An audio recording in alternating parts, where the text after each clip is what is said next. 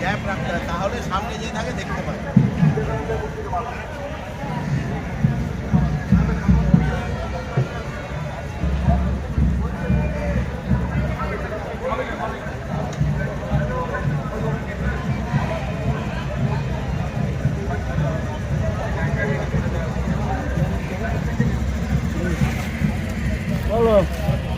আর খানিকক্ষণের মধ্যেই আমাদের সর্বভারতীয় সম্পাদক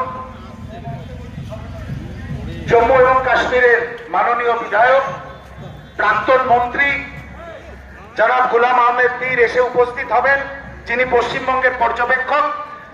উনি এসে গেলেই আমরা স্বামী বিবেকানন্দের মূর্তিতে পুষ্পার্ঘ্য নিবেদন করব এবং মঞ্চে উপস্থিত আমাদের বিশিষ্ট অতিথিদের সম্মাননা জ্ঞাপন করব।